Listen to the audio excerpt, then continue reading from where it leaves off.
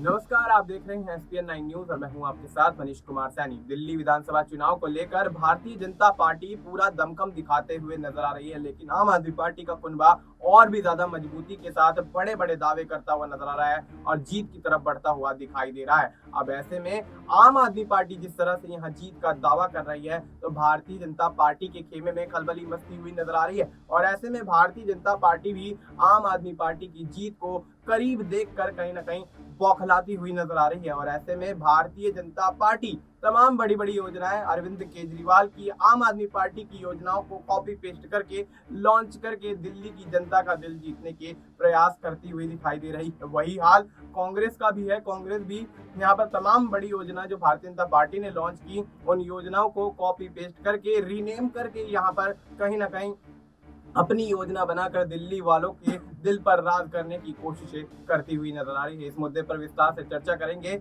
हमारे सहयोगी वफा के साथ। वफा, बहुत बहुत स्वागत है आपका। वफा, किस तरह से देखते हैं दिल्ली विधानसभा चुनाव को लेकर आम आदमी पार्टी ने जिस तरह से पहले ही तमाम बड़े फैसले चल दिए, चाहे योजनाओं की बात कर लें या प्रत्याशियों के ऐलान की बात कर लें, तो तमाम यहाँ पर चीजें जो है वो आम आदमी पार्टी की तरफ से पहले ही कर ली गई हैं। लेकिन उसके बाद क्या लगता है, क्या भारतीय जनता पार्टी की योजना और यहाँ पर कांग्रेस की योजना कारगर साबित होती हुई नजर आएंगी? क्या यहाँ पर आम आदमी पार्टी का जनाधार कांग्रेस और भारतीय जनता पार्टी की योजनाओं के माध्यम से खिसकता हुआ नजर आएगा?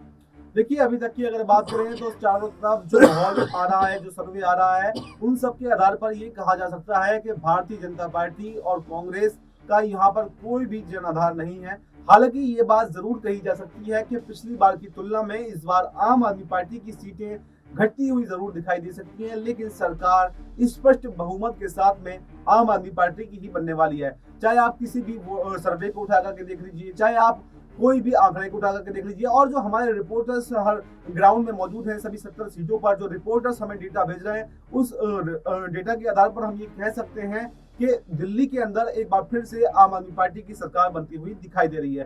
क्योंकि बीजेपी एक बार दिल्ली के अंदर, दिल्ली के वोटर्स को बीजेपी के दावों पर भरोसा नहीं है, उनके वादों पर भरोसा नहीं है। क्योंकि अरविंद केजरीवाल ने जो वादे पिछले सरकारों में किए थे उनको पूरा करके दिखाया है। और सारी सरकारें, चाहे कांग्रेस की बात कर लें, चाहे बीजेपी की बात कर लें, जो भी योजनाएं लेकर के आ रही हैं वो वादे तो जरूर कर रही हैं, लेकिन जनता को ये भरोसा ही नहीं है कि अगर वो जीत जाएं तो उसे पूरा भी करेंगे। यानी अरविंद केजरीवाल पर जनता को भरोसा है क्योंकि उन्होंने करके दिखाया है। और बीजेपी के दावे खोखले हैं। उन्होंने कहीं पर भी सरकार हो, उनकी 20 राज्यों में सरकार बनी हुई है, तो दिल्ली की जनता यही तो पूछ रही है कि आप 2500 रुपए अगर दिल्ली के अंदर महिलाओं को देंगे तो 20 राज्यों में जो सरकारें बनी हुई है वहां पर आप क्यों नहीं दे रहे? अगर आप दिल्ली में 500 रुपए का सिलेंडर देंगे तो जहां पर और आप राज्यों में आपकी सरकारें बनी हुई हैं वहां पर आप क्यों नहीं दे रहे? मैं आपको बता दूंगा, ऐसा ही एक वादा जो है राजस्थान में भी किया गया था। राजस्थान में भी कहा गया था कि हम 500 रुपए का सिलेंडर जो है वो आपको देंगे राजस्थान के अंदर। लेकिन 2023 से सरकार है, 2 साल सरकार को बने हुए हो गए, अभी तक भी कोई भी सब्सिडी जो है वहां की सरकार ने नहीं दी है। और इसके अलावा अगर महाराष्ट्र की बात कर लें तो महाराष्ट्र में जो है लाडली बहन योजना की तर्ज पर एक महिला सम्मान के लिए एक योजना लाए थे पिछली सरकार में। लेकिन आपने देखा कि जिस प्रकार देवेंद्र फडणवीस यहाँ पर मुख्यमंत्री बनते हैं तो उसमें बड़े संशोधन किए जाते हैं और बड़ी कटौती जो है, पहले तो सबको नाम उसमें शामिल कर लिए जाते हैं लेकिन बाद में एक छटनी जो है वहां पर की जाती है। ऐसे ही मध्य प्रदेश में किया जाता है, वहां पर लाडली बहन योजना चल रही है। लाडली बहन योजना में इस डेटा आया है, इस पर कांग्रेस ने हमला भी बोला है कि हर महीने 1.5 से 2 लाख नाम जो है वो काटे जा रहे हैं। यानी कहीं ना कहीं पूरे चारों तरफ आप रिकॉर्ड उठा कर देखें तो बीजेपी सिर्फ धोखा करती है, वादे बड़े बड़े कर देती है लेकिन उन वादों पर खरा नहीं उतरती है। क्योंकि 2014 में चुनाव से पहले नरेंद्र मोदी जी की सरकार ने आने से पहले भी बड़े बड़े दावे किए थे कि हमने पेट्रोल इतने रुपए लीटर कर देंगे, डॉलर इतने रुपए का कर देंगे, 2 करोड़ रोजगार देंगे, लेकिन उन सभी दावों में कोई भी दावा उन्होंने पूरा नहीं किया, कोई भी वायदा उन्होंने पूरा नहीं किया। तो देश की जनता और दिल्ली की जनता अब ये समझ चुकी है कि अगर कोई वादे पूरे करने वाला इंसान राजनीति के अंदर है तो वो है अरविंद केजरीवाल। और इस बार फिर से उन पर दिल्ली की जनता भरोसा जता रही है क्योंकि उन्होंने करके दिखाया है। क्योंकि करके दिखाने में बहुत बड़ा अंतर होता है। एक वादे तो कोई भी कर सकता है, वादे तो कोई भी कर सकता है कि हम चांद पर आपको प्लॉट देंगे, हम आपके साथ में ये करेंगे, लेकिन जिस तरह से अरविंद केजरीवाल ने दिल्ली के अंदर काम करके दिखाया है तो जनता का जो भरोसा है वो उनके ऊपर सबसे ज्यादा। तो ऐसे में एक बार फिर से मुझे लगता है कि दिल्ली के अंदर अरविंद केजरीवाल की सरकार बनने वाली है। जी बिल्कुल। तो ऐसे में अरविंद केजरीवाल ने जो दावे किए, जो वादे किए, उनको पूरा किया, उसके तर्ज पर ही कहीं ना कहीं अब आम आदमी पार्टी ये दावे करती हुई नजर आ रही है कि एक बार फिर से दिल्ली के अंदर आपकी सरकार बनेगी, और ऐसे में भारतीय जनता पार्टी और कांग्रेस के खेमे में खलबल मचती हुई नजर आ रही है। यहाँ पर हम एक वीडियो के बारे में बातचीत करना चाहेंगे। अरविंद केजरीवाल ने हाल ही में एक वीडियो अपने पार्टी के अकाउंट पर डाली है, जिसमें अरविंद केजरीवाल ने एक बीजेपी समर्थक से बातचीत की, जो कि यहाँ पर कहता हुआ नजर आया कि मैं बीजेपी को वोट दूंगा, लेकिन अरविंद केजरीवाल ने उसको आम आदमी पार्टी की तमाम योजनाओं के लाभ गिनवाए, जिसके बाद भारतीय जनता पार्टी के समर्थक ने आम आदमी पार्टी के पक्ष में वोट डालने की अपील कर दी है। और ऐसे में इस वीडियो को लेकर कहीं ना कहीं भारतीय जनता पार्टी के खेमे में पूरी तरह से सियासी हलचल मचती हुई नजर आ रही है। सबसे पहले आप वीडियो देखिए, उसके बाद चर्चा जारी रहेगी। नमस्कार, आज मैं भारतीय जनता पार्टी के सपोर्टर्स से एक बेहद जरूरी बात करना चाहता हूं। कुछ दिन पहले एक बीजेपी का कट्टर समर्थक मिला, बड़ी हल्की सी गंदी सी स्माइल देके बोला, अरविंद जी अगर आप हार गए तो क्या होगा। मैंने भी मुस्कुराते हुए पूछा, मैंने कहा भाई मेरी छोड़ो, ये बताओ कि अगर मैं हार गया तो तुम्हारा क्या होगा। वो एकदम सकपका गया, बोला मतलब। मैंने कहा भाई ये बताओ तुम्हारे बच्चे कहाँ पढ़ते हैं। बोला सरकारी स्कूल में। मैंने पूछा अब सरकारी स्कूल कैसे हैं। बोला स्कूल तो बहुत अच्छे हो गए, टीचर भी बहुत बढ़िया पढ़ाते हैं, रिजल्ट भी बहुत अच्छे आ रहे हैं। तो मैंने पूछा ये बताओ कि बीजेपी की कितनी राज्यों में सरकार है। बोला 20 राज्यों में। मैंने पूछा किस राज्य में अच्छे स्कूल हैं, तो बोला कहीं नहीं। मैंने कहा फिर ये बताओ अगर मैं हार गया तो तेरे बच्चों का क्या होगा। दिल्ली के सरकारी स्कूल फिर से कबाड़ा हो जाएंगे। बोला हाँ ये बात तो है। मैंने पूछा बिजली आती है 24 घंटे। बोला हाँ आती है। मैंने पूछा बीजेपी के किस राज्य में 24 घंटे बिजली आती है। थोड़ा सा सोच के बोला कहीं नहीं। मैंने पूछा तुम्हारा बिजली का बिल कितना आता है। बोला 0। मैंने पूछा और यूपी में जहाँ बीजेपी की सरकार है वहाँ लोगों का बिजली का बिल कितना आता है। बोला जी वहाँ तो हज़ारों रुपए महीना आता है। मैंने कहा तो भैया ये बताओ अगर मैं हार गया तो तेरा क्या होगा। दिल्ली में फ्री बिजली, फ्री पानी, फ्री इलाज, अच्छे स्कूल, 24 घंटे बिजली, महिलाओं की फ्री बस यात्रा, ये तो सब बंद हो जाएंगे। कम से कम हर महीने 25,000 रुपये की चपत लगने लगेगी। है 25,000 रुपये देने को। बोला जी मेरी तो 1 लाख रुपए महीने की तनख्वाह है, उसमें भी गुजारा नहीं होता, 25,000 रुपये महीना तो कहाँ से लाऊंगा। मैंने कहा तो फिर बीजेपी भूल जाओ, राजनीति भूल जाओ, पॉलिटिक्स भूल जाओ, अपनी सोचो, अपने परिवार की सोचो। ये सोचो कि अगर केजरीवाल हार गया तो तुम्हारा क्या होगा। वो संतुष्ट हो गया। बोला सर मैं इस चुनाव में तो आपको वोट दे दूंगा पर मैं बीजेपी नहीं छोड़ूंगा। मैंने भी मुस्कुरा के कहा भाई जैसी तेरी मर्जी। मेरी सभी बीजेपी के सपोर्टर से अपील है कि अगर बीजेपी आ गई तो आपको हमारी सरकार से मिलने वाली सारी सुविधाएं बंद हो जाएंगी। मोटे मोटे तौर पे 25,000 रुपये हर महीने की चपत लगने लगेगी। हैं इतने पैसे भुगत लोगे? नहीं ना। तो फिर मैं आपका भाई होने के नाते आपको सलाह दे रहा हूं, झाड़ू पे वोट दो।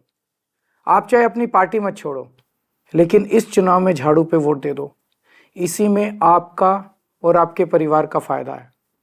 और हाँ, अगर आपको कभी पर्सनल काम भी हो तो अपने इस भाई के पास आ जाना, मैं हमेशा आपके काम आऊंगा। तो आपने देखा कि किस तरह से अरविंद केजरीवाल यहाँ एक बड़ा खुलासा करते हुए नजर आ रहे हैं, जिसमें वो भारतीय जनता पार्टी के समर्थक से बातचीत करते हैं, जिसके बाद यहाँ पर तमाम योजनाओं की चर्चा की जाती है जो कि आम आदमी पार्टी ने अपनी पिछली सरकार बनने से पहले यहाँ पर जनता के सामने रखी और उनको पूरा भी किया। और उसके बाद भारतीय जनता पार्टी के समर्थक ने कहा कि मैं वोट तो बीजेपी को नहीं दूंगा, लेकिन आम आदमी पार्टी को दूंगा, लेकिन भारतीय जनता पार्टी में अपनी स्थिति को बनाए रखूंगा। तो वफा क्या लगता है कि अरविंद केजरीवाल ने जिस तरह से भारतीय जनता पार्टी के समर्थक को आम आदमी पार्टी को वोट करने के लिए मना लिया है, तो क्या लगता है क्या यहाँ पर भारतीय जनता पार्टी के जो तमाम नेता हैं उनको यहाँ पर किस तरह की स्थिति अब यहाँ पर देखने को मिल रही होगी? क्या उनको डर सता रहा होगा कि उनका कुनबा छोड़कर कहीं ना कहीं आम आदमी पार्टी में उनकी पार्टी के लोग चले जाएंगे? देखिए बिल्कुल, अगर दिल्ली की स्थिति की बात कर लें तो दिल्ली में जो वोटर्स है वो बटा हुआ है। बटा हुआ मैं यूं कह रहा हूं कि जब भी लोकसभा चुनाव दिल्ली के अंदर आते हैं, आपने देखें तो पिछले 3 चुनावों में बीजेपी की जीत यहाँ पर होती हुई दिखाई दे रही है। लेकिन जब भी विधानसभा चुनाव यहाँ पर नजर आते हैं तो उसमें आम आदमी पार्टी का पलड़ा ही भारी दिखाई देता है। तो इस बार भी जैसे कि आपने बताया कि वोटर्स क्या बटेंगे, तो मुझे लगता है कि बटेंगे नहीं बल्कि पूरे आम आदमी पार्टी की तरफ शिफ्ट हो चुके हैं। क्योंकि अभी चुनाव लोकसभा का हुआ था, आपने देखा कि लोकसभा में वही ट्रेंड बाकी रहा जो पिछले 2 बार से हुआ था। तो मुझे लगता है कि विधानसभा में भी वही ट्रेंड बाकी रहने वाला है जो पिछले 3 बार से हुआ था। और वोटर्स के बटने कटने की बात नहीं है, लोग थोड़ा कंफ्यूज जरूर हो जाते हैं कि ये लोकसभा का चुनाव है, विधानसभा का चुनाव है। लेकिन जिस तरह से आम आदमी पार्टी ने घर घर जाकर ये अभियान चलाया है तो लोगों को अब यकीन हो चुका है कि विधानसभा का चुनाव हम विधानसभा के चुनाव में वोट कर रहे हैं। और विधानसभा के चुनाव में दिल्ली वासियों की पसंद अरविंद केजरीवाल है। क्योंकि मैं आपको ये भी बता दूं कि अरविंद केजरीवाल ने एक पूरा जो डेटा है वो बनाया है और उन्होंने बताया है कि एक परिवार को कितने रुपए का नुकसान होगा अगर अरविंद केजरीवाल की सरकार नहीं बनती है। उन्होंने सारा बताया है कि बिजली, इतने रुपए की बिजली आपको मुफ्त दी जा रही है, इतने रुपए का पानी आपको मुफ्त दिया जा रहा है और 2100 रुपए जो अब मिलने वाले हैं नई सरकार में, इसको भी जोड़ा गया है। इसके अलावा मुफ्त यात्रा जो महिलाओं की है उसको जोड़ा गया है। तो तमाम आंकड़े को अगर मिला करके देखें तो 25,000 रुपए महीने का दिल्ली के प्रत्येक परिवार को नुकसान है। एक मिडिल क्लास परिवार को नुकसान है, यानी 25,000 रुपए का नुकसान बहुत बड़ा नुकसान होता है। और मुझे नहीं लगता कि दिल्ली की जनता इस नुकसान को सहने के लिए बीजेपी को वोट देगी। इसलिए ये अब जो बातें हैं और भी ज्यादा दिलचस्प हो गई हैं कि दिल्ली के चुनाव में अरविंद केजरीवाल अगर जीतते हैं तो ये 25,000 रुपए का जो नुकसान होगा उसको बचा सकते हैं। क्योंकि कोई भी नहीं चाहेगा कि उसका 25,000 रुपए का नुकसान जो है वो एक मध्यम वर्ग परिवार के लिए 25,000 रुपए कमाना काफी बड़ा सपना होता है। और उसके अगर 25,000 रुपए बच रहे हैं तो ये कोई भी नहीं चाहेगा कि उसके पैसे जो हैं वो खर्च हो। तो ऐसे ही लोग जो हैं अब दिल्ली के चुनाव में फिर से अरविंद केजरीवाल को वोट जरूर देंगे और बीजेपी को कड़ा झटका यहाँ पर लग सकता है। जी बिल्कुल। तो ऐसे में अरविंद केजरीवाल की तमाम योजनाओं को देखते हुए, आम आदमी पार्टी की कल्याणकारी योजनाओं को देखते हुए, उनके दावों को पूरा होते हुए देखते हुए कहीं ना कहीं अब आम आदमी पार्टी का परिणाम दिल्ली विधानसभा चुनाव में भारी होता हुआ नजर आ रहा है। जिसके चलते भारतीय जनता पार्टी अब अपनी योजनाओं को बदलेगी या फिर उन्हीं योजनाओं के माध्यम से चुनाव में प्रचार प्रसार जारी रखेगी, जनता के बीच, लोगों के बीच जाकर अपनी तमाम योजनाओं को उजागर करते हुए, तमाम योजनाओं के लाभ गिनवा कर यहाँ पर जनता का वोट बैंक अपनी तरफ खींचने की कोशिश भारतीय जनता पार्टी करती हुई नजर आएगी। ये यहाँ पर एक बहुत बड़ा स्थिति यहाँ पर भारतीय जनता पार्टी के सामने आ गई है, जिसका सामना कहीं ना कहीं भारतीय जनता पार्टी के लिए करना बेहद मुश्किल होता हुआ नजर आ रहा है। और एक बार फिर से दिल्ली की जनता आम आदमी पार्टी के पक्ष में खड़ी हुई दिखाई दे रही है। फिलहाल आपको इस मुद्दे पर क्या कुछ लगता है, आप अपनी राय हमें कमेंट करके बता सकते हैं। बाकी देश और दुनिया से जुड़ी तमाम जानकारी के लिए आप देखते रहिए SK9।